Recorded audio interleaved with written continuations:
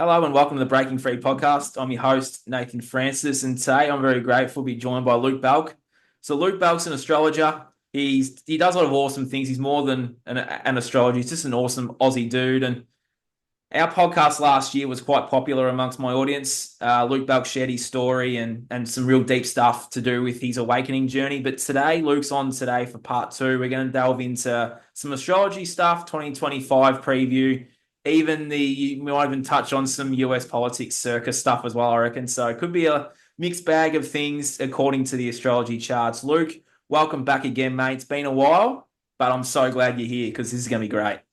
Mate, thanks for having me. Yeah, it was a great chat we had last time, and I had a lot of people actually reach out to me after that chat and sort of thank me for my vulnerability and honesty and openness. And I really was quite sort of shocked. Actually, people that I didn't know were watching or following or looking at my stuff that I'd known from my past. And yeah, it was quite interesting. I had some people that I was like, oh, you listen to that?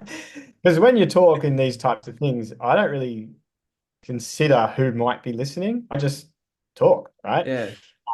But it was really interesting. So obviously struck a chord with a lot of people, and people had the motivation to want to get in touch, and it was really really nice and humbling in a way. Yeah. So thank you for that opportunity. It was a great chat, and mate, I'm ready for cracking a few third eyes open as we Yeah, go. that's awesome. Because I'll just touch on that too. I had a few emails and messages and stuff as well. Same thing about your vulnerability and sort of how I found you. And so, yeah, that was a really special podcast. For anyone that's listening and watching that's new to my show and new to Luke Balk's work, that podcast will be in the show notes.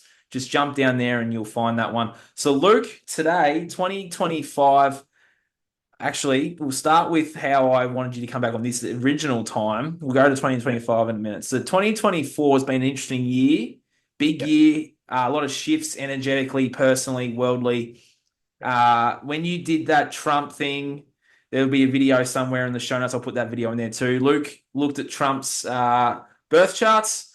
Take it away from here, Luke. Let's dive into how that all came about, and then let's do Yeah, it. so as an astrologer, that's what I'm doing on a daily. I'm looking at the sky. I'm looking at all of the connections of the planets within the signs and their relationships to one another. And then I'm bringing that down here to our lived experience. And from a personal point of view, that's one part of the picture to sort of look at someone's life path is the integration of the cosmic sort of, energetics in relation to the individual. But there's more to it than just that. So it's not just about what's happening up there. There's a lot more to it. So I'd been looking at this, and as an astrologer, what we sort of do is we always look ahead to the major alignments that potentially are on our way and our radar.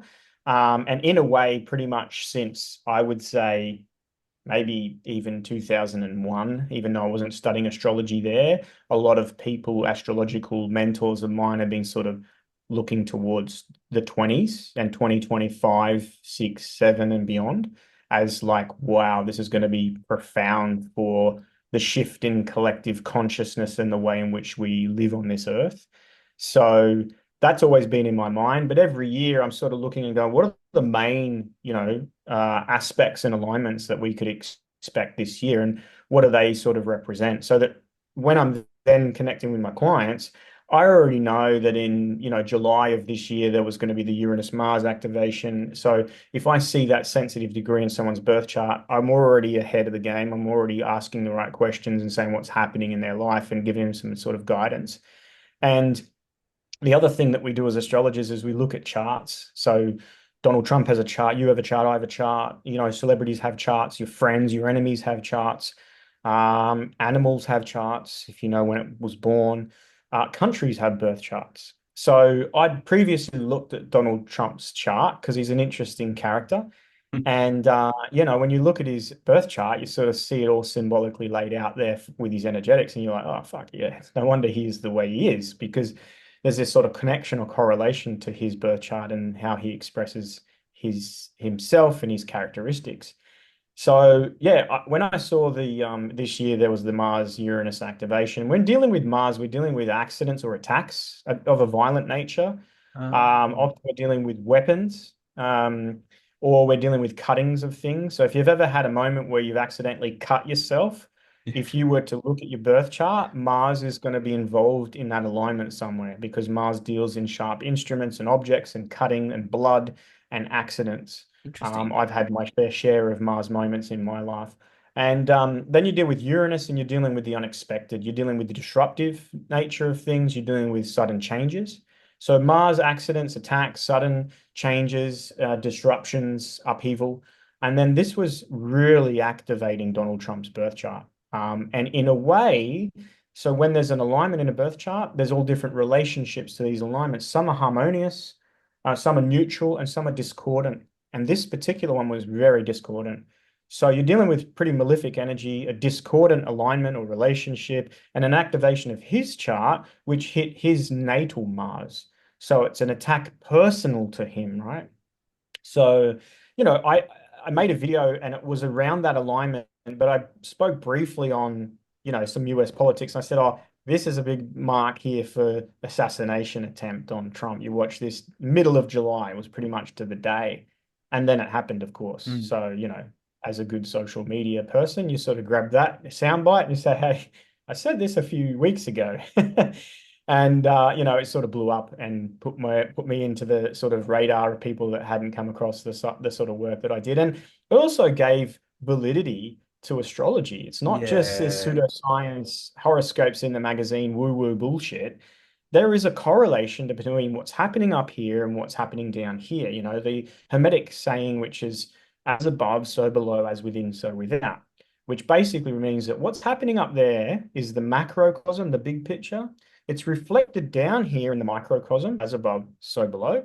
And we are a miniature of that. So as within, so without. So what's happening internally in us, energetically, plays out for us in our external reality. So, there's a way in which we can understand the communication of the cosmos and the individual, and then the reality that person is living is understanding the symbolic nature of astrology. And that's a language of the sky. So if you learn to understand and speak that language, then the sky will literally talk to you. And it does through symbolism. And my job is to interpret that and make sense of it. So I was lucky. Having said that, without, floating my boat too much, a novice astrologer could have picked that alignment and said, "Oh, this doesn't look good for sudden attacks on Trump." So you put all that together, and again, does that mean that every time that alignment activates his chart, that's going to happen? No, because we have to look at the individual's life experience and we have to look at the energetics or what we call the atmosphere around them at that time. So leading up to this moment, you got a lot of division in the US politics, and he's the sort of the bogeyman that everyone's sort of made out that he's the bad orange man, right? And there's a lot of attacks on both sides of their ideology, and so it was like there was a level of palpable tension that you could sort of feel. You have an alignment like that, and you're like, well, this is going to be a trigger event. When you're dealing with Mars energy, I don't know if any of your viewers are familiar with the tarot, because the tarot is the feminine aspect of astrology, is the masculine. So tarot is a pictorial sort of symbolic representation of the zodiac and the planets. So the card in the tarot that represents Mars as a planet is known as the Tower card, and it's lightning striking a tower and people sort of falling out of it, very 9/11-esque. Mm. And that's what happens, is that like that, whatever potency's there, whatever is not being realized its potential, whatever tension is underlying, a Mars activation will trigger it. And when it does, there's a spontaneous release of energy, and that's why it can, represent attacks, because people lose their mind or they act impulsively on their emotions, and then the next thing they've had an outward expression of anger or aggression or an attack on someone. That's a very Mars moment. And then the other end of that is an accident. So you did something without intention, and that's also a Mars trigger. It's like, you've ever hurt yourself, broken a bone, cut your skin, done something and made blood come out? It's Mars. That's what Mars represents. So putting all that together, looking at Trump's chart around that period of time, it was pretty obvious that, okay, this is going to be a moment to watch him. And yeah, next thing, he's literally pinged in the ear. Now, you could argue, was it a planned event? Was it a false flag? Was it like, it doesn't really matter at the end of the day. What matters is there's a connection between what was happening on the earth and what was happening in the sky. And for Trump, his energetics represented by his birth chart, they sort of picked up that, received that correlation connection, that energetic sort of signal. And the next thing he experiences something like that. So that's the sort of nature of astrology, from the, transpersonal to the personal. How do we connect the big picture to the little picture? And that's the beauty of astrology, is that the main bulk of my work and the desire and passion that I have is to help people understand themselves and their life path, especially those that are transitioning from their conditioned belief system, their programming, the matrix style of, believing everything we've ever been told about this world, into the other side of that is starting to realize, oh, that's just a program. That's just someone's idea. It only exists in our programming in our mind, and that's being conditioned from birth. If you were to take a person experiencing conditioning and programming living within the matrix, and then you took a cow eating grass in the field, the world view that that person has is not shared by the cow, but yet they live in the same reality, Mm. right? So it's like, why is that different? You could say the cow is a simple animal and doesn't have the intelligence. No, it's just because it hasn't been exposed to the programming. You know what I mean? It hasn't Mm. been exposed to the programming. We've been exposed to programming since birth. We've been sort of unwillingly submitted to a sort of a control system. And, when you start to wake up from that, and everyone will have their own personal trigger to that awakening. I spoke about this a lot in our last podcast. You have to transition then from a world not only of who you thought you're supposed to be and the world you create based on that, but then into becoming who you were actually born to be, why you came here as a soul, what work you're doing as an individual to evolve your soul, because the work that you do as an individual ripples through the collective, and we all evolve as a result. But we've been systematically, for thousands of years, probably 20,000 years, we've been kept in the dark consciously, disconnected from our true, Mm. potential as divine beings, representation of creative God that runs through each and every one of us. So when you awaken, you start to realize that you have to reconstruct your entire self image, your meaning and purpose of life, and your actual reality. So the work that I do is I stand in that gap between that and that. And I sort of go, hey, you're not crazy. The world is. Hey, let me connect you to your birth chart. Let me help you understand yourself, where you're at. Let me help you understand what's next and how to move through that. And the reason I do that is because on my own journey, I went from that to that on my own and alone. And I did that without the tools or support. And I didn't speak to anyone about it. I didn't really sort of tell anyone what I was going through. I internalized everything. And I can tell you, I fucked up and made a lot of mistakes in that transition. And I was like, what the fuck? But through that process, I discovered astrology beyond the horoscopes in the magazine, the natal astrology and the interpretation of a symbolism. And then I started to learn about myself, my true self, through that medium. And it has been my guiding light ever since. So then I thought, well, now I need to know as much as I can about this so I can help other people transition. And they don't have to do it on their own. They don't have to do it alone, and they don't have to do it in the dark. So the chart really helps illuminate their individual path as we connect to, we're here as one unit, united humanity. There's only one human race.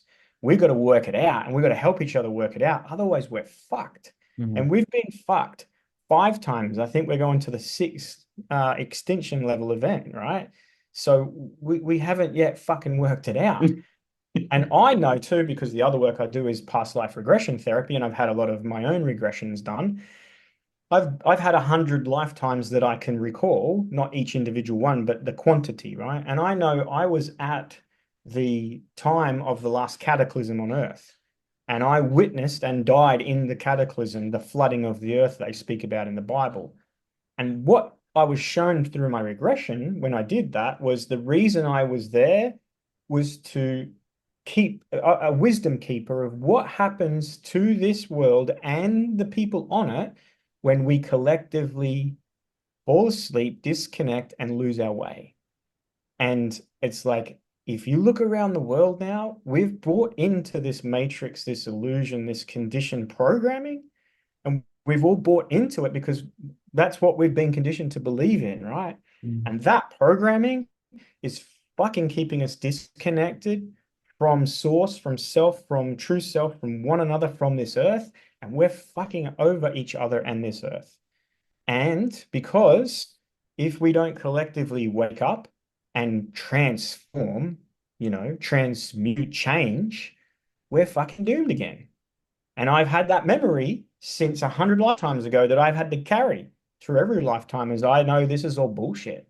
And the persecution and the outcasting and the dismissal and, because I haven't aligned to the system. So yes, it's fucking big, and like, yes, the Trump thing is, oh, that's cool, but like, what are we really doing here? Exactly.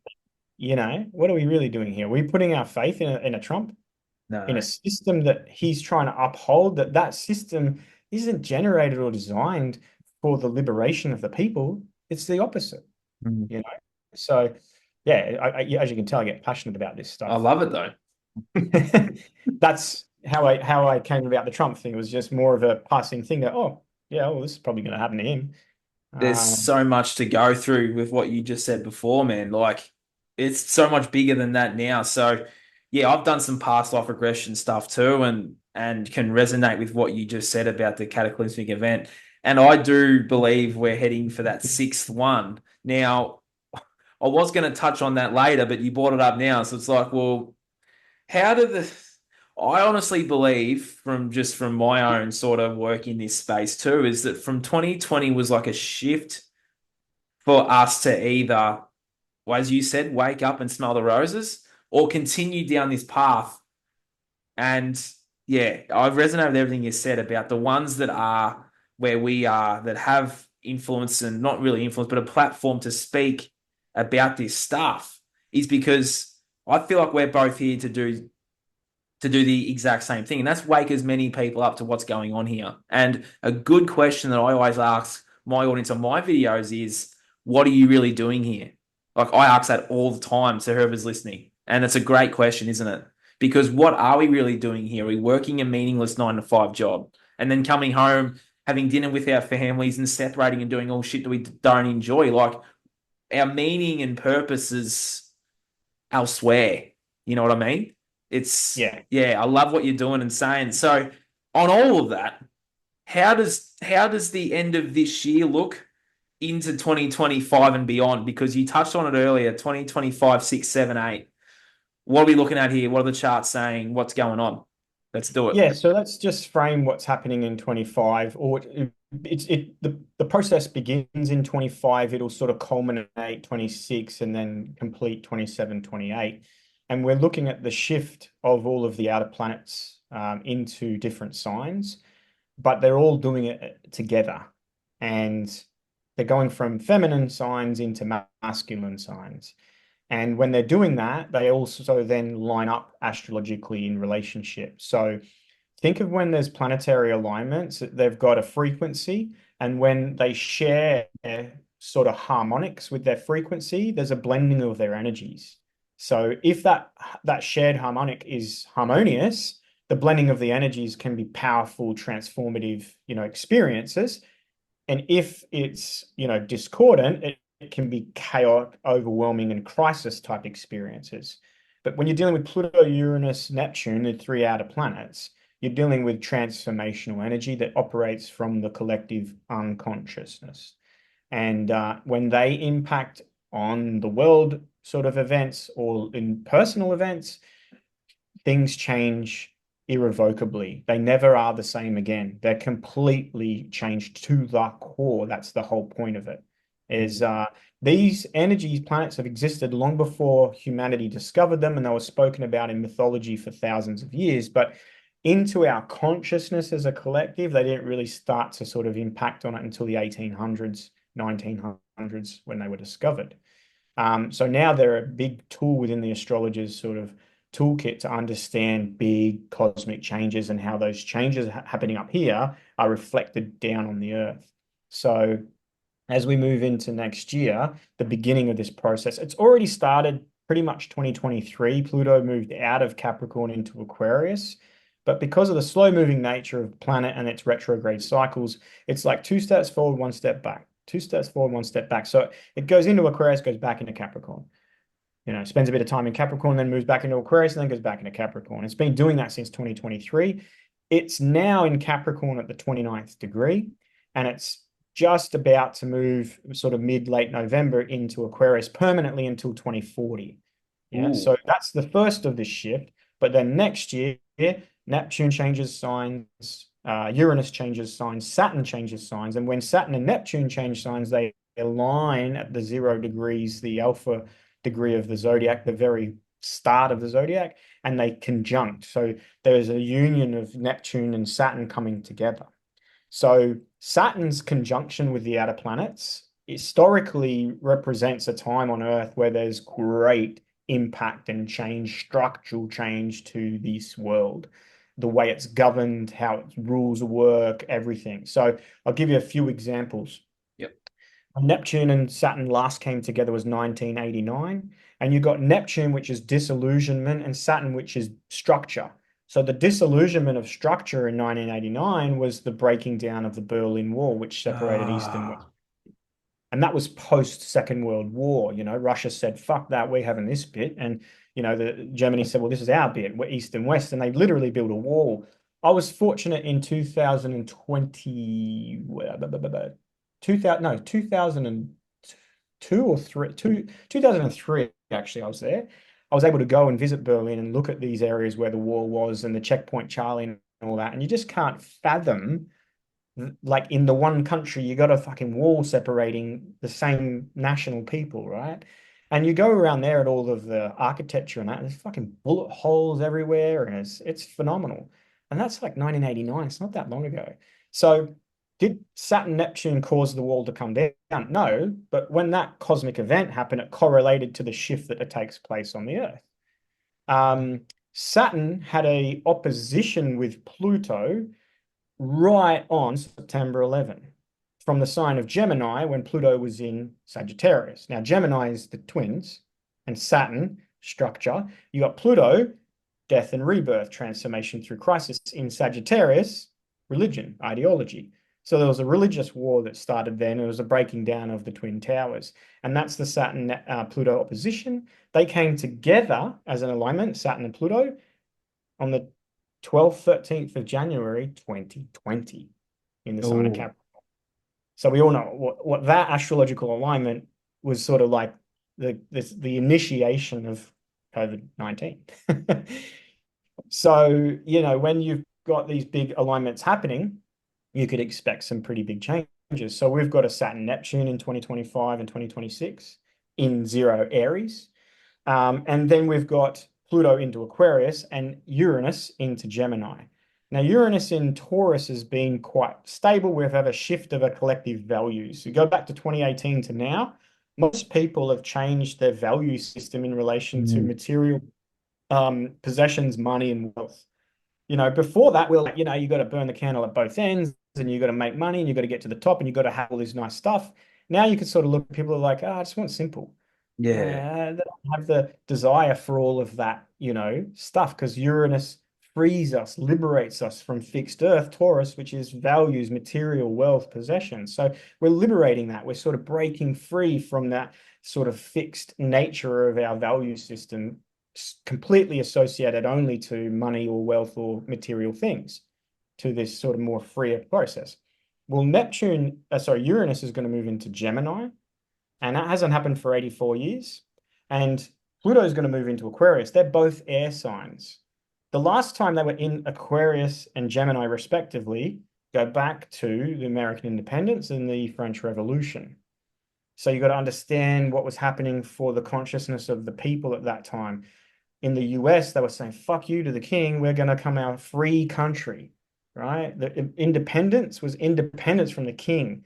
And it was this ideology of what America represented, which was for freedom for the people, right? So you have that shift in energy, and they fought back and the people rose up and they took it. Now, Was there underhanded things? Was there, subversive stuff going on? Were there people controlling it? Possibly, but irrespective of that, you had a mass movement of people saying, we don't want that. Mm. We want to be free of that system, right? French Revolution, same thing. The French uprose and overthrew their government through the French Revolution. So astrologically, Pluto in Aquarius, Uranus in Gemini, both air signs, they make an alignment to each other, connects those energies. You got Pluto transformation, rebirth, death, and rebirth, and you got Uranus freedom, liberation, independence, individuality. So they're uniting, and in the middle is going to be the Saturn-Neptune conjunction. So Saturn doesn't like to be in Aries because it's in debilitation there. Well, it's in its fall. Saturn represents authority, rules, government, right? So it's in its fall next year. And then you have Neptune, which is disillusionment. It's dissolved structure and boundaries and rules and reality as it is. So you got this Neptune influence on Saturn that's already weakened. You got a collapsing of the old reality, the old rules.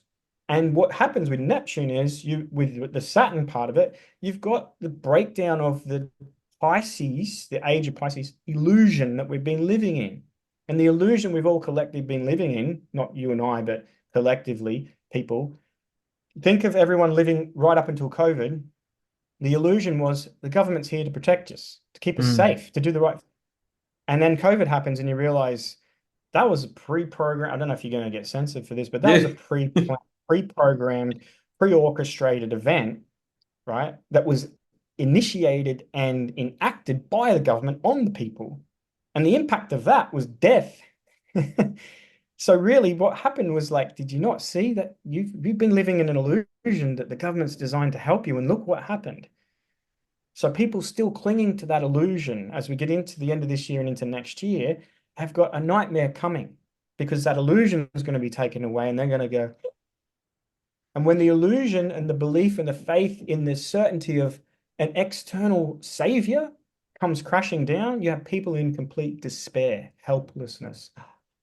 Their whole life doesn't make sense anymore because they've been in the illusion, they've been distracting themselves from the reality of things with entertainment and meaningless sort of consumption of bullshit energy on all different levels, physically, emotionally, mentally, you name it. Mm. So that is all going to start to break down. So you could have people then losing losing control of, or their illusion of control, at least on their life and the world in the future. Yeah. Yeah, I agree with that because we've lived that already. Like I went through all You and of that I at the start of individually. 2020. Yes. Yeah. But Yeah. individually, personally. But it's like if you were to like if we were to delve into the charts of us, like we were supposed to do that then, I think.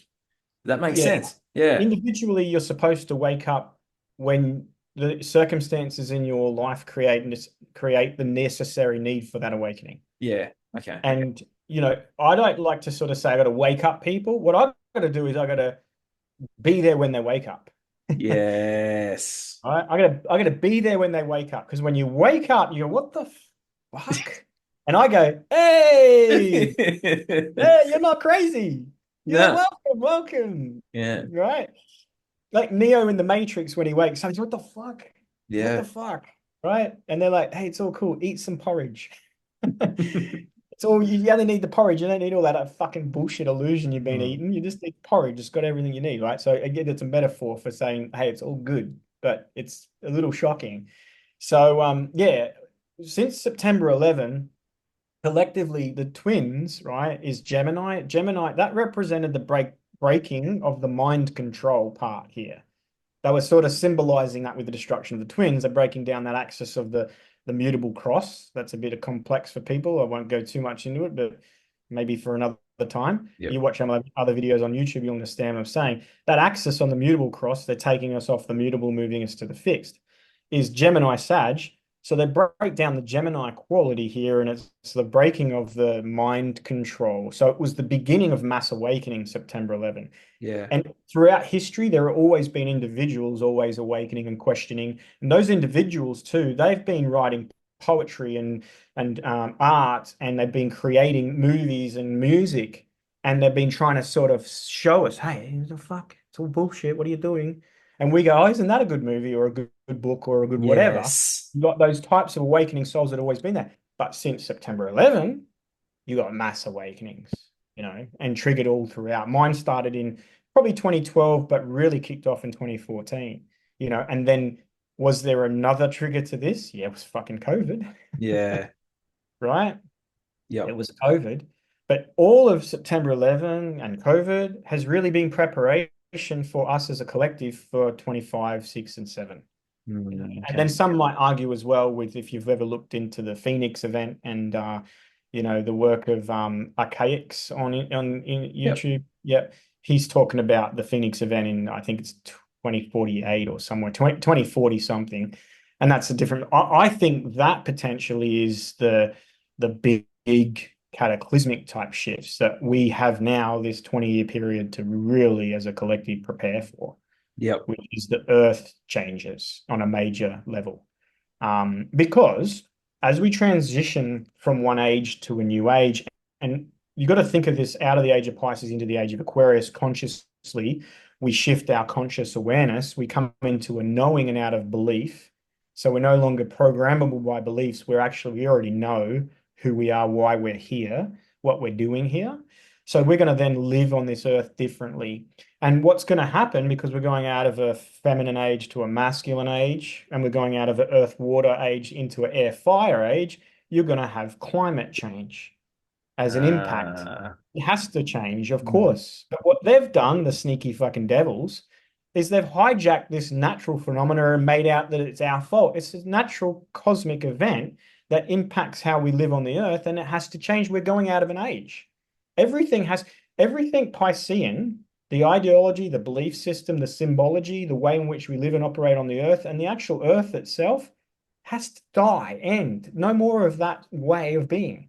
The age of Aquarius, completely different age, completely different way to live here, more awakened consciousness, and Aquarius is the age of humanity and the awakening of humanity. And in the age of Pisces, see, we had Jesus, who was the savior for our age. He was the Son of God that came here and said, hey, I'll die for your sins because you're all asleep in the age of Pisces. You're consciously disconnected from source. You don't know anymore. So you are completely lost. And when you're lost, you're going to fuck up, hurt yourself and hurt one another and hurt this earth.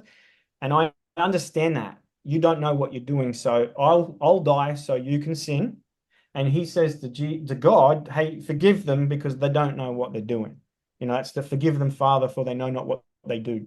Yeah. Why? Because we're in the age of Pisces, we don't know what we're fucking doing. Now, if you think about September 11 and beyond, but also through this time to now, we're waking up.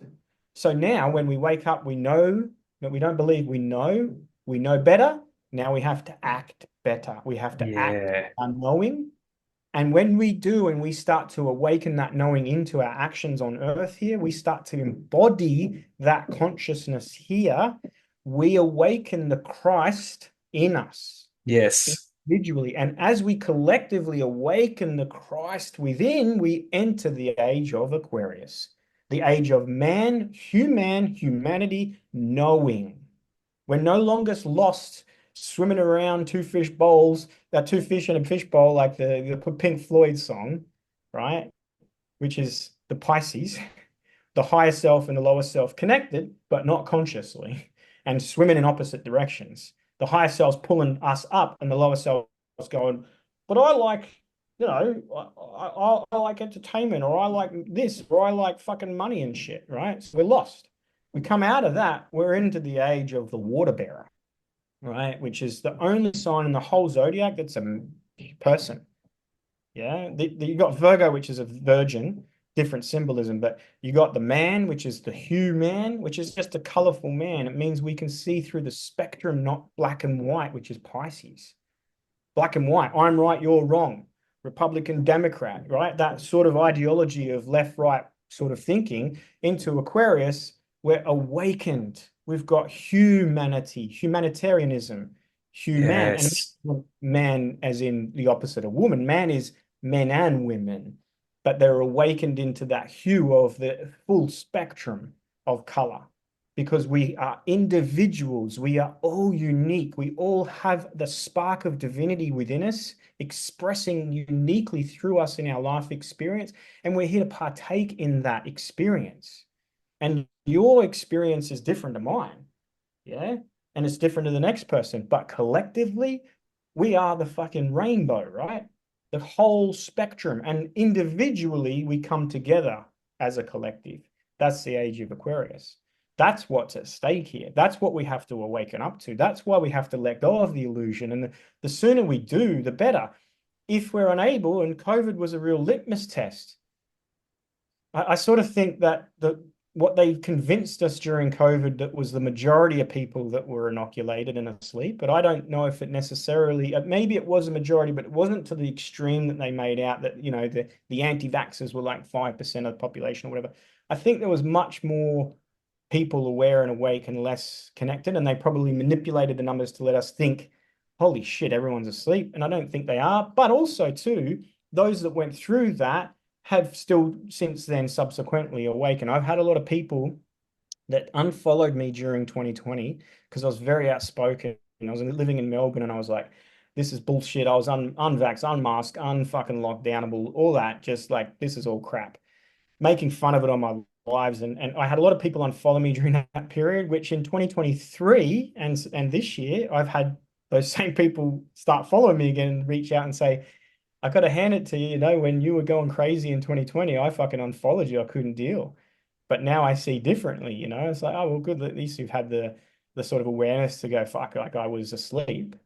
So, you know, we've got to look at 2020 and say, okay, we have to awaken now. This whole illusion of someone's coming to save us, or the government's going to look after us, or Trump's going to win and everything's going to go back to, it's not happening. We're coming out of a complete age here. As we do, there will be the Game of Thrones playing out. So if listeners have watched the series Game of Thrones, that was a depiction of humanity's transition from the age of Aries into the age of Pisces, which was the last age change. And they warred to sit on the throne. So those people that have got, you know, I guess vested interest, let's say, in the control of land and resources and people, they'll be at war with one another because who's going to sit on the throne for the next age? Well, they can go to war, but they'll probably suffer self-annihilation because the next stage is ruled by the people. It's the people. It's Aquarian. And it doesn't matter how many casualties along the way, that's the outcome. The outcome is we get to the age of the people. And that's where we're going. Now, the old system and those that control it are fighting tooth and nail for us to stay stuck and asleep so that they can stay in power and they can stay in control and they can stay in their ivory towers, you know, and they have a very low view of people and the collective, you know, useless eaters, goyim, you know, that's the reference they make to most people. And rightly so through the age of Pisces, because they're all fucking asleep. Like, hello, you're all asleep. And they could probably and have done whatever they wanted to us. Well, that changes now because we say, like Neo in the Matrix, no fucking more. No, I'm not going to accept that as my reality. You know, that was the emergence of that defiance through COVID, which caused people to become ostracized, outcast, and divided, was them just saying no. And that's what I was doing in that period. It's like, no, I don't have to do that. That's not in my best interest. That's not actually in our best interest. That's control, you know. So that process that we went through was sort of like a bit of a foreshadowing of, you know, what we need to do moving forward. Now, I digress. Tangents, but if you look at the geopolitical situation on Earth at the moment, and you look at the economic situation and the disparity and the division, and you look at just people in general, especially through the Western world, There's a lot of instability. Let's just say there's a lot of instability, and it's most likely going to lead us into conflict for a resolution of that and the division. There's been extreme polarization. It's been happening since September 11, but really COVID really triggered that polarization. And now politically, it's even more pushed to the poles. Well, when you push energy into extremes, how it unifies is through conflict. So we're moving into conflict. There is no sort of, sugarcoating that. We're moving into a period of conflict because there has to be resolution of the imbalance, the disharmony, and the division. And we can't just all of a sudden just go, hey, Palestine, hey, Israel, let's have a cup of tea. China, Taiwan, do you want to just like, come on, everyone be love and light? It's not going to happen. So how does it resolve? It resolves through Yeah. conflict. Now, if we're going to go into some type of battle or conflict, and you're thinking on the scale of global sort of conflict, you're thinking World War One, World War Two, are we going into World War Three? And that can frighten people because just the term has been symbolized in Yeah. subliminal conditions as to, but you got to think about like what would life be like or had been like through that period of time. You're subscripted and you're sent off and you're like there fighting a battle in some foreign land. What for? Right? So if they want to push the people into a global conflict so that you go and defend your ideology, your country, your belief system, your religion, whatever, how do we get from where we are now to that? Because if they said tomorrow, we're at war, we need everyone to enlist, what? People are going, what? Fuck off. No. What are you talking about? No, we're not doing that. Nah, fight your own fucking wars. I think that's what most people would do. They'd be because they're sort of, shell shocked since COVID, and they're probably like a bit like, So how do you trigger people to want to go to conflict and war, to Yeah. fight? Or well, you need a Pearl Harbor, you need a Bay of Tonkin, you need a September 11. You need one of those events to shock people into a shift or a change. And I feel like that's probably where we're heading in the short term, towards the end of this year before we get to 2025. We're probably heading into some type of event on the scale of a 9/11 that could potentially be an activator for the next 2 to 3 years.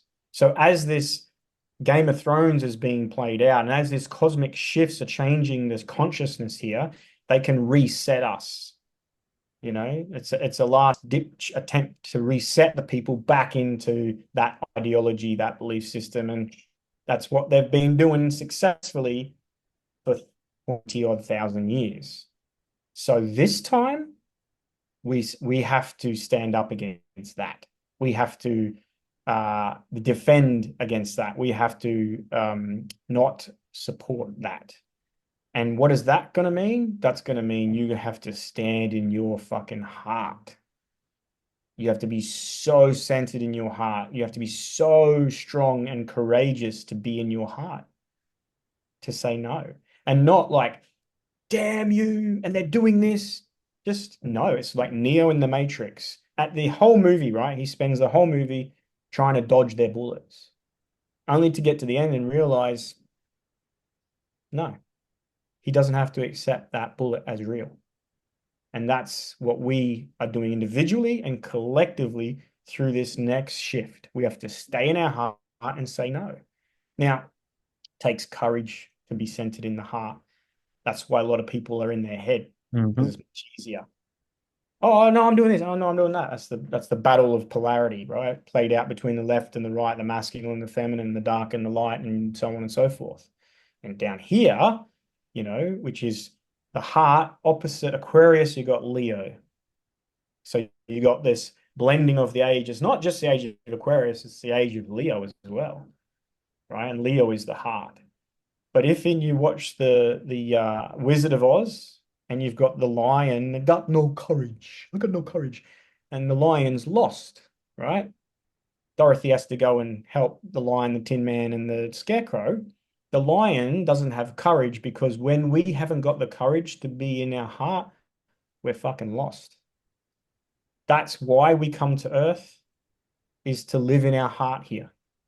And they know that, and they're so afraid of an awakened humanity living from their heart that for 20,000 years they just keep resetting us, and they do it through what? Fear. Yeah. Fear is it's the opposite of love. The antidote to fear is love, literally. And where does that come from? Well, love is here. Yeah. And love is freeing, and love is empowering. And love isn't like where you have to love one another. No, you have to love yourself enough to say no. And that is an act of courage, and that's an act of leadership. And that emanates energy out into your reality, and it impacts people, and it gives them the courage to say, oh, shit.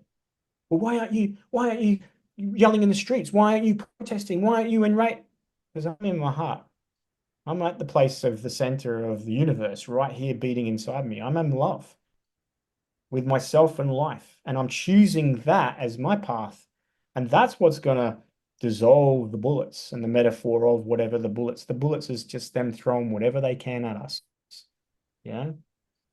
So the likelihood of something like that occurring is extremely high. And I know a lot of your listeners have probably been looking at the stuff in association to 8/11.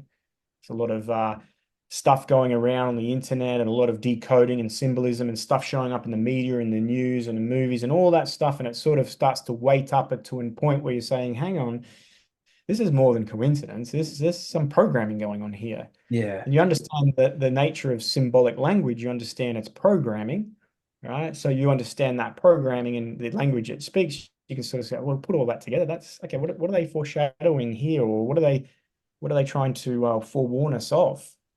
So this came across my radar recently, and I sort of keep an open mind and be a little bit like, oh, okay, sure, yeah, oh, that's interesting. Oh, that's interesting. And one thing after the other, you sort of go, okay, there's a fair bit here. So if that's occurring, I want to directly look up and say, well, what's happening up there in the sky? Because if there's something to the nature of a 9/11 type event down here, there has to be something correlating up there. It's as above, so below. And if these events are pre-orchestrated, thought out in advance and pre-planned at specific times and events, well, what would the clock, date, time, calendar that they would use in order to say that's the time? The clock. That's the cosmic clock. Yeah. So I started looking into this recently, and I found some pretty strong connections and correlations to 8/11 in context to what's happening astrologically, but also how that astrology connects with the earth, and in particular where we live, Australia. So Australia's birth chart and our landmass as well. So I put a 3-part series. There's another video coming soon, but there's a 3-part series on my YouTube where I sort of break it down, start at the beginning, and I give, an example with 9/11 to say, well, look, this is the sort of thing that was going on astrologically 9/11 with a US birth chart. Can we see any sort of correlation, connection, or similarity to Australia? And it's pretty profound, the type of connection you can see. So does that mean it's absolutely certain? No, but the probability is extremely high. And when we're looking at astrological sort of, movements and connections and relationships, it's never one thing meaning one thing. There's always going to be lots of things meaning the same type of thing. And as that video series sort of has broken down, that's the evidence I've put forth. It's like there's a fair bit going on, and it just so happens to energetically connect specifically with Sydney, Australia, and the Australian birth chart in a way that's similarly eerily the same as the 9/11 type period of time. So my suggestion when I see that is to have precaution, right? Precautionary.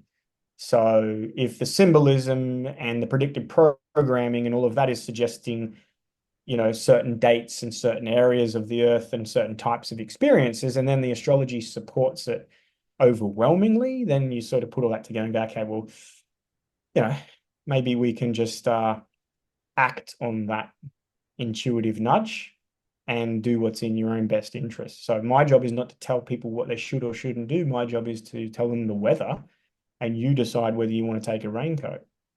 I mean, you might like getting wet. Cool. Well, you're going to get wet. I can tell it's going to rain, you know, energetically speaking, but I don't know if you want to get wet. So it's a little bit like that when it comes to the next sort of, week or two. I mean, what's today's the 30th? So the 8th of November is only like 9 days away. Now, if that date comes and passes and nothing occurs, you'll have everyone, oh, there's bullshit. And again, I didn't set out to the sort of make claim and to be some sort of person to go, haha, I got it right. I'm just saying, well, here's what the weather suggests. If nothing significant happens, I'd be very surprised. I think we'll have some representation symbolically of this cosmic, battle playing out for us here in the physical. And it could be in such a way that it's quite huge and shocking and affecting a lot of people. But at the same time, too, it might be something that's happening on the individual level, which is just happening en masse. So Yeah. this could be something like, wow, my grandpa that just suddenly passed away, or my cousin or my neighbor who's committed suicide, like all of that type of thing all Yep. happening all at once. And people going, well, what the fuck? And you go, oh, nothing really happened. See, like nothing happened in Sydney, but all of a sudden, like shitload of people coincidentally, simultaneously all transition.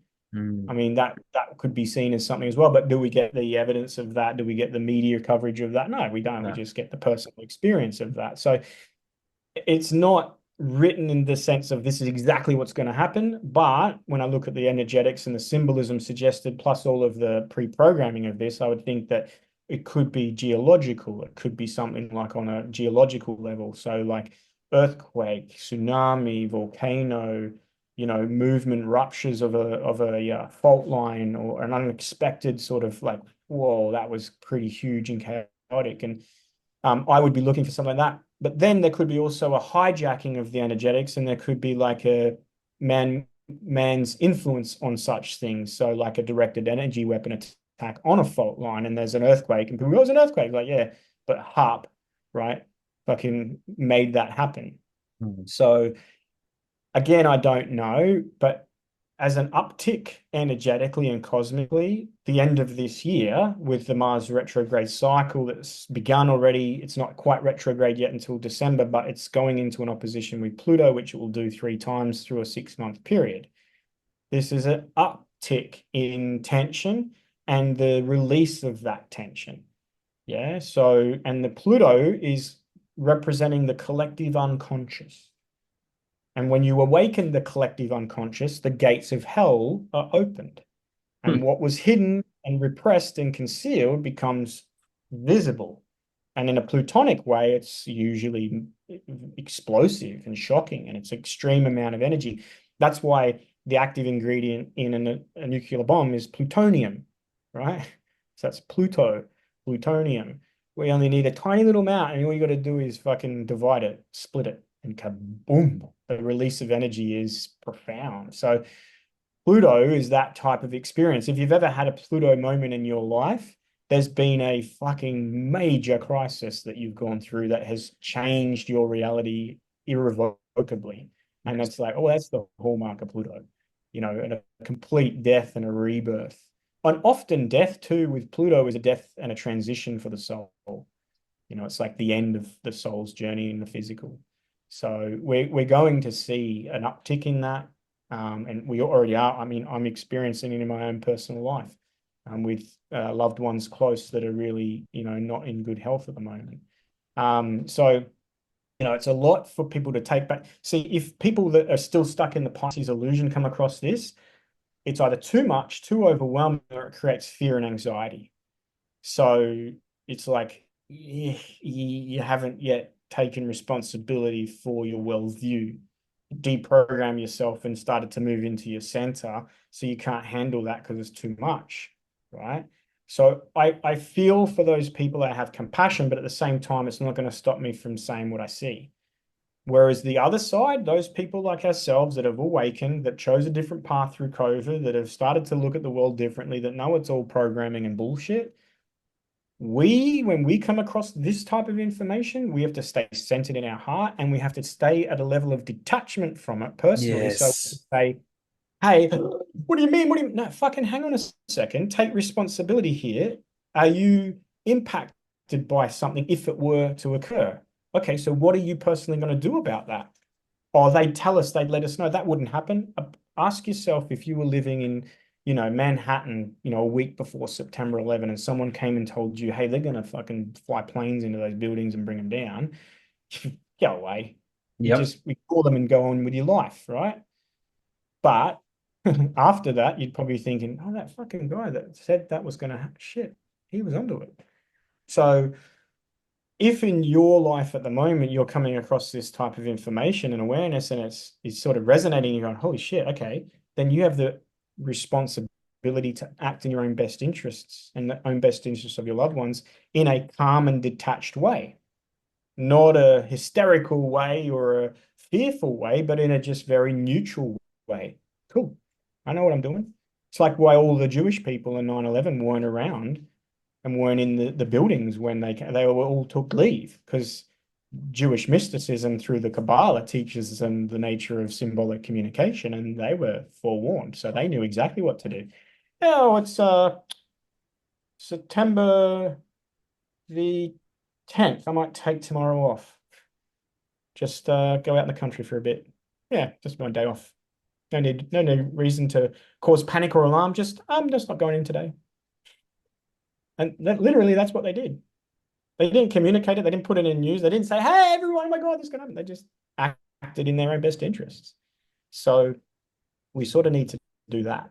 Mm. And for everyone, that's going to be different. And again, if 8th of November comes and passes, nothing happens, just know that we're at the cusp of some cosmic changes that are going to be played out here on the earth over the next 3 years. And irrespective of whether 8/11 is something that is foretold or not, we're going into a time of chaotic change. And chaotic means unpredictable. Unpredictable. It's like, well, we don't know. It's unexpected, it's volatile in its nature, and it shifts quickly. So the preparation for that is do what's right in your best interest. Be prepared. I've said to people, even since COVID, you want at least 72 hours of food, water, and energy.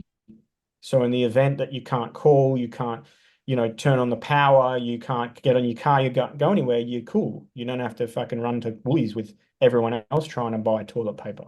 You're sweet.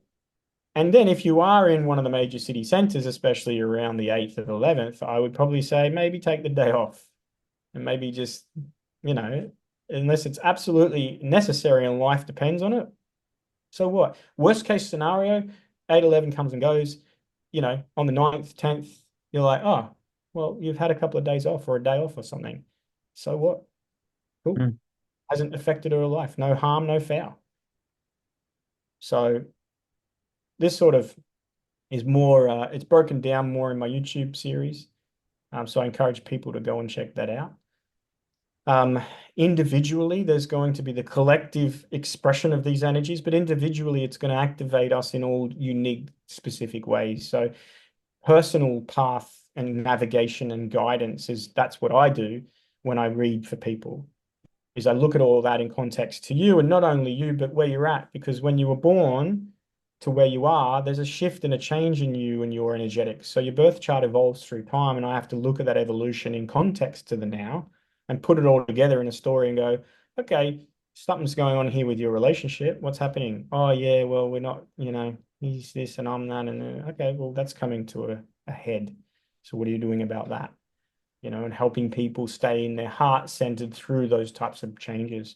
So as we get into this end of this year and into next year, I do what they call year ahead readings. So I'm doing those at the moment, and I sort of look out for the next 12 months and just map out month by month and help people navigate so that they've got awareness. And when you have awareness, you can have preparedness, and awareness and preparedness, you're good. And the only other missing ingredient is to stay in your heart. It's like if there is darkness in their world, if there is fear and hate and violence and death, then there's even more reason for us to be centered in our heart with love and grace and compassion, you know? And they trick us by turning us off and turning us off and turning us off. And they do it through fear to trigger us back into our base chakra and our primal energies of fight, flight, and survival. So here they're going to go again and trigger us back into that space so they can manipulate and control us and take control of the next stage. But we have to say no. And I'm not going to succumb to the fear or the hatred or the division or any of that. There's a different way here. There's the left, there's the right, there's the dark, there's the light, there's the middle. There's the middle. And Aquarius is a fixed air sign. It's objective. It's neither left or right. It's in the middle. It's the middle path is the way. And you have to get into the middle path, you have to stay centered. The second you go, I don't like that, or I hate that, or I love that and not that, you're out of the center. You got to practice that central non-detachment, yeah, or non-attachment, excuse me, non-attached, okay? And that's going to help guide you. And when you are non-attached, your intuition is going to be much stronger, and your reality, your higher self, is going to be communicating with you in a way in which you go, yeah, not going to work today. But if you're in fear and panic, I don't know what to do. What should I do? I've got this thing planned. I was supposed to be going to Coldplay. I don't know if I should get on that plane. You got to get in your heart, detach from all of that shit, and do what your heart says is best for you. And then you have to trust that what that is the right path. It's not up for your chart or me or anyone to help you. It's just to bring that awareness so you can make those decisions from that central place. And that's the awakening of the Christ within us. And we all do that collectively, energetically. We shift into the age of Aquarius. If we don't, they reset us. We stay in this pseudo age. So those that control are in the age of Aquarius, and we're stuck asleep, stuck in the Piscean illusion and deception. And they'll, if it's not obvious what they've done and they're going to do since COVID, is they're just eliminating that level of consciousness. They're removing it. Yep. Depopulating it, if you want to I look agree. at it like that. That's obvious. That's what they're doing. And they're giving everyone the free choice. Yeah. Yeah, there may be manipulation, coercion, there may be deception, but it's still at the end of the day, every one of us has a choice. Those that don't, because of misfortune, because of their age, because of their disability, whatever, that's who we have to hold the hand for and go, hey, I got you. Yeah. And then also those that are awakening their consciousness, we got to say, hey, it's all good. Come to the party. And that's a good way to sort of lead into the next part of this. Oh, that was awesome, that last 20 minutes. Like, I'm going to listen to that back and just, I reckon you were talking to me there at some point of that too. I was like, I could feel like my intuition and like, I resonate with everything you were saying. I feel like you were talking to me as well, which is pretty cool. Anyway, I just wanted to just touch on, yeah, there's a lot to sort of go with there, isn't there? I was actually going to go somewhere with that. Now I can't bloody remember. Interesting, isn't it? Because you said we're going from a feminine into a masculine. So has that been that LGBT stuff? Is that the manifestation of that? So you said it with climate change too, which if I'm not kicked off YouTube, I will be now, having said all that. But I'm just just Yeah. saying that that manifested into the LG stuff. Is that Yeah. what that So, is? Yeah. Because I just wanted to touch on that. yep. So they're after the feminine, and Yes. because we're ending the age of Pisces, but we've been in the age of Pisces under the patriarchy. So even though we should be in the age of Pisces, the patriarchy has maintained control over us. So in the age of Aquarius, it's the awakening of both, not one over the other. And it's not the feminine then taking place of the masculine, it's the union of the two. So, there is this attack on that feminine.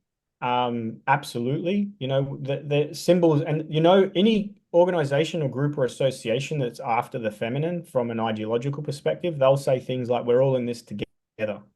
We're all in this together, right? And what they mean is we're all in this to get her. Yeah. And Yeah. so, yeah, it was like Hillary Clinton's campaign 2016. We're in this together. Yeah, we were. We were in this to get her. That's what they're after. They're after that divine feminine. Yeah. She's that creative force. So that's a separate issue to the trans movement. I feel like there's two aspects to the trans. When you get to the end of an age, to get from Pisces, which is mutable water, into Aquarius, which is fixed air, how do you get water into air? If we want to change water into air, how do you do it? You Well, turn the that's heat, mm, you boil it, right? If you boil water, it turns to steam and vapor, and that's air. So they're boiling the Pisces ideologies, right? And it's causing transmutation. here we At go. the end of an age, the alchemical transition between one element to the next, from water Yeah, to air, is transmuted. that makes So sense. Yeah. transmutation is being played out through people here, and they're going, well, I'm not that, I'm this. And it's like, well, you're caught up in that. You're supposed to detach from that and not identify with that process. But we're playing the Game of Thrones and the collective consciousness and unconsciousness, there are going to be people that are caught in that trap and that actually will transmutate. Yeah. And the other part of it, I guess, is that they're trying to, and this is done unnaturally, right? Not naturally. And when it's done unnaturally, you got to look to the UN as who's behind it, because that they're the un people. Anything that's unnatural is the UN's agenda, right? That's why they're called the UN, Correct. right? And they're trying to get us to acceptance of everything, right? Because this is this fake pseudo Aquarian ideological energy. We've got to accept everyone. We're all in like this together. No, no, no. You've got to accept yourself. Yes. Individuality, not individuality like fuck you, I'm on my own and I'm just going to take what I can. That's egoism. Yeah. Individuality is I'm free and I accept you to be free, but you don't tell me that I have to see you a certain way or that I have to treat you a certain way because you identify in a certain. No, no, that's now I'm not free anymore. You're trying to control how I should be. And that's not Aquarian. Aquarian is objectivity, Yeah. objective, detached from that. That's identity, right? And when we identify with that, we're caught in that trap. So this process of the changing of the A's, this transmuting of water to air, you got people caught up in it, and that's what we've got is the transmute movement and all of the alphabet that they want to Yep. identify with, right? Mm. And it's like, cool, I got nothing wrong with someone wanting to identify. What my problem is that I have to then identify you in the same way. I don't. That's your world, that's your life, that's your identity, that's your individuality. Cool. I can accept that's how you want to see yourself, but you can't make me accept you to see you that way either. Yeah. That's not inclusivity, that's exclusivity. That's saying you're got to be treated differently because you identified some way. No, we should all be treated equally, irrespective of how we identify. But if you can't accept me and my heterosexualism and my masculinity and my, well, then hang on, what? I got to make a space for you, but not the other way around. So it's a pseudo Aquarian-esque control system by the UN to sort of, because see, they want the one world government so that they can be in control still. So they know we're going to this next stage and they want to reset us so they can go into this UN agenda. It's unnatural. Yeah. This process of the shift of age should happen naturally as you naturally awaken and you start to get into your heart center and you start to change and transform and transition. But when they put an agenda over the top, that's because someone, organization or ideology or people in hidden rooms and secret handshakes want to maintain their level of power control. So they do it and they have an agenda behind it. And the poor people that are caught up in it, unconsciously from the age of Pisces, swept up in this and they're like, they're free because I can be a cat. Yep. You're trapped in their mind control and you're staying now under their agenda and you're going to be controlled by that unnatural agenda. So, yeah. Mm. Well That summed up. I just wanted to touch on two more things and we'll call it a day. I know we've been going for a bit, but people that have been listening and following me for a while, and you as well, will listen to every single word you've said because it's been bloody absolutely awesome what you've shared today. You said a lot about heart center and talking about coming from that heart. But that's with the world. I believe the inner world is representation of the outer world. So we need to come into a space of heart center in our own inner world. All that chaos and all that turmoil you're talking about worldly will be mirrored back to us in our own lives. We're going to have all of this shit play out in our own lives. We're going to have tower moments in our own lives. Things are going to end. We're going to rebirth. We're going to die. All of these things are going to play out in our own world. I believe that is coming into our heart center, is having all of that chaos and turmoil play out in our own lives as we evolve, transform from the original awakening. Because I know for me, Luke, 4 years ago, I wrote to the world truth through a good buddy of mine, Dale Holmes, who you'll be on the STE speaking for. We'll get to that at the end.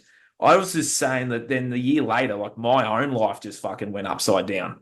Like I had stuff come up and tower moments and falling through tables and all this stuff. It's like, well, that was my stuff and then my change and my evolution. It's like, well, we need the people to sort of awaken to all that stuff, but they need to dive in deep with who they truly are and go on that journey themselves in the inner world. Would you agree? Yeah.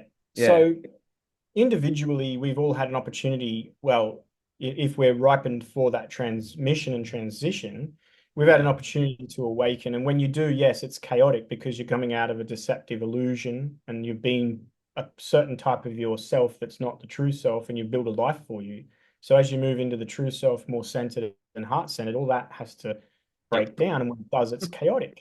Yeah. So as that's been playing out for individually, I feel what's going to happen next is they're going to trigger that collectively because they're like, Yep. we've given you this opportunity, the COVID, all of that, and you still haven't. So now we're going to activate you. And that Ah, could be the people losing their mind and yep. becoming crazy. And yeah, we're going to be here saying, yeah, all of that, you got to let all that go.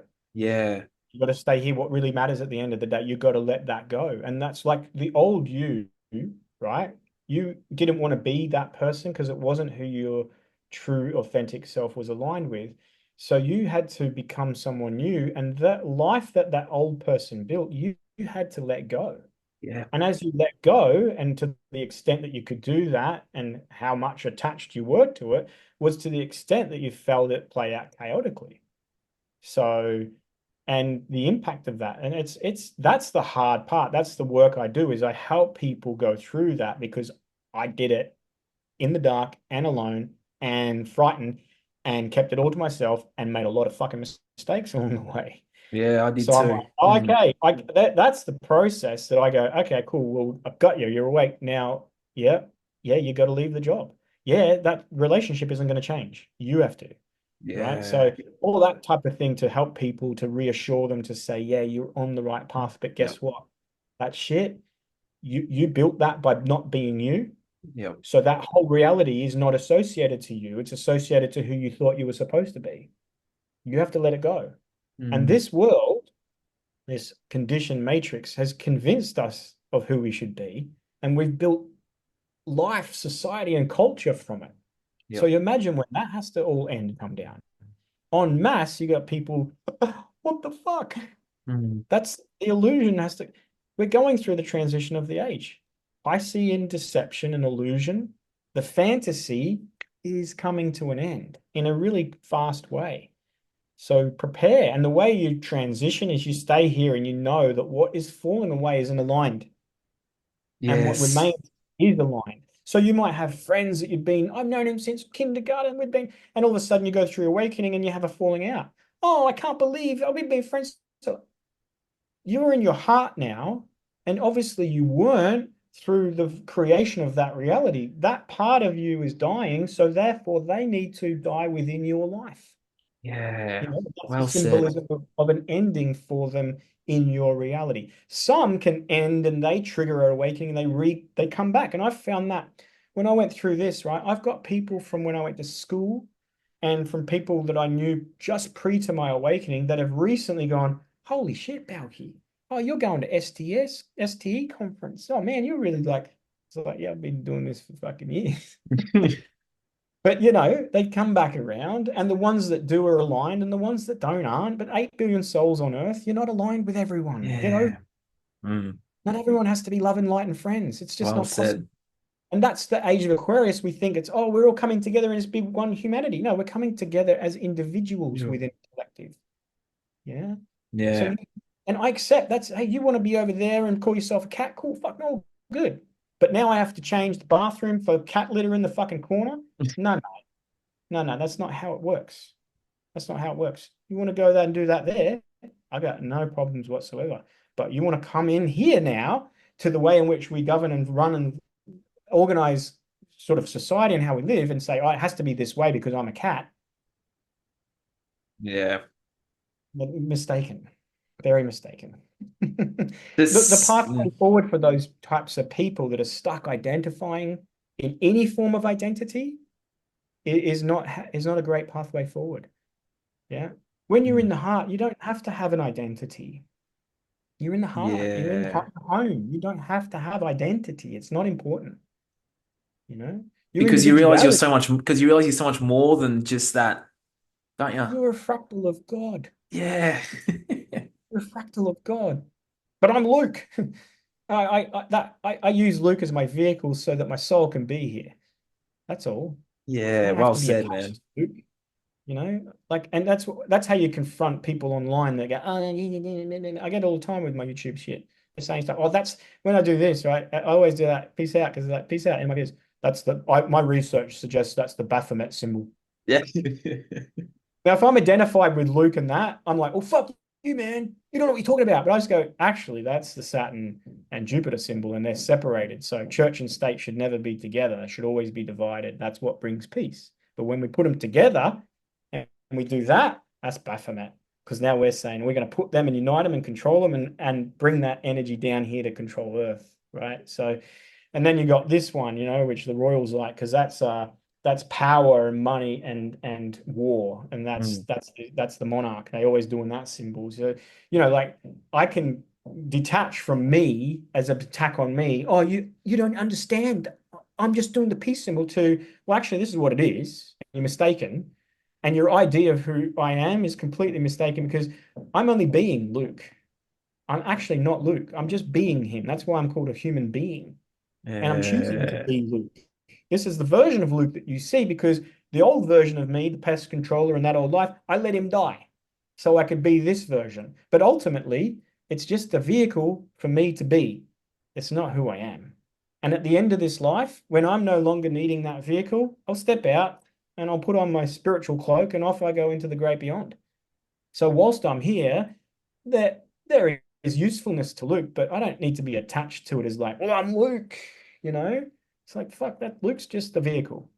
It's just, and that's what we got to, if your vehicle is a cat, cool, fuck, you can be the cat. Right. But I have to then see you as the cat. Hang on a second. No, I can see you as I want to see you. Yeah. That's it. So anyway, we digress again. No, but that was a very powerful, powerful piece of advice and a very powerful way to sort of wrap all this up. And to sort of wrap all this up, Luke, I just want to ask you if someone's watching this right now, which there probably will be, because a lot of the people do watch this that are sort of on different levels of consciousness, which is great. What would be your advice to that person that has actually learned so much from this podcast just by listening to you? And they're like, holy fuck. They're having that little that moment you talk about right now. They're just going right fuck. Like, what would be your advice to that person now to sort of navigate the next part or the next probably 12 months here or the next couple Well, of years? Yep. you are not alone. Yeah, well You are said. not crazy. You are worthy of a life of love. Yeah. Yeah. It's scary, Mm. but nothing was ever conquered of greatness by not allowing that fear to prevent us. So, in other words, you can do it. You can do the thing you're afraid of. Yep. Yeah. And you'll gain so much from doing that. And um, at the end of the day, none of this shit's real. We make it Yeah. real. We make it real. We give it meaning, we give it importance, we identify, we say that is this and that's how we do it. But at the end of the day, that's the illusion. That's why it's called Maya. And the job is not to be caught up in the Maya or the illusion, so that we can just pass through and have these experiences and live from our heart and feel content and have those enriching, beautiful moments, and then transition to the next phase of our journey and evolution. And it isn't about a goal or a destination. It's the pathway you take to get there. And what you're going to remember when it's all said and done is all of the path and the journey along the experience. It's not going to be what you obtained or the success you got or how what you have. It's going to be how you got there, how you lived, how you enjoyed the little things and the moments. No one's going to get to the end of this journey and look back and go, I wish I had more. I wish I worked more. They're going to go, fuck, I wish I just didn't take things so serious. I wish I had spent more time giving love and sharing love and seeing the beauty in my life and myself and the world around me. That's what Yeah. regrets are going to be. So just know that as you're making these transitions, you're not alone. It's frightening, but you can do it afraid. It's okay. There is support, and you're not crazy. The world is, but don't get caught up in it. That was awesome. Oh, yeah. That last little couple of minutes. Oh, yeah, Luke, I love talking to you, bro. Like, I need to come down to the Gold Coast and meet you. Like, I could sit and just listen to you speak. Like, I've barely said a word. Like, I could sit here and listen to you speak for hours. And I'll just sit like a sponge and go, that's all. You're an awesome man, Luke. You're such a wealth of knowledge. And I'm so grateful I found you 18 months ago. Like we need to keep in touch a bit more often and come together and do these a bit more because they are popular. And I thank you so much for taking the time to jump on today and giving my listeners and my viewers a lot to consider and a lot to sort of ponder on. And I know for me, I think you spoke to my heart there a couple of times, and I need to go back and listen to this again to sort of, yeah, get the nuggets out of that. Luke, yeah, where can people find you if they're new to you too? Thank you Yeah, so much. so I'm not sure when this is going to go out, but Yep. you're wanting to connect personally for some sort of astrological guidance and sort of put you on your path and help you understand your life and your path forward, especially through the next 12 months. I do 2025 year ahead readings. I've already started them. I'm booked out until January. So if you want to book in and you want to get it done, I only run these types of readings until the end of Jan. Yep. So if you want, don't miss out. Your viewers, I'll give you a code for them, and the $50 off I've got at the moment runs out on the end of October. But Yep. for anyone watching this particular podcast, if at any time between now and the end of this year they want to schedule that session, we'll give them a special code they can use, and I'll know they've come from this particular podcast, and they'll get that $50 off. Oh, awesome. That code will be in the show notes when this goes up. I'll tell you off air when this goes up, Luke. Thank you so much for sharing your time today. Pleasure, mate. Thanks for having me. I Look forward to love, the next one. I just love getting you on. All right. This has been the Breaking Free podcast, guys. If you have any questions, if you're watching on YouTube, Luke's doing some symbols. If you're watching on YouTube, thank you so much for tuning in and listening wherever in the world you are. If you want to follow Luke, Luke's social media will be in the show notes. He does post some really awesome stuff, and he does post some personal stuff too, which I love seeing the photos of him just being silly and crazy. So, Luke, thank you so much, man, again, and I really appreciate your time. So, thank you, everyone. I'll talk to you all soon. Cheers.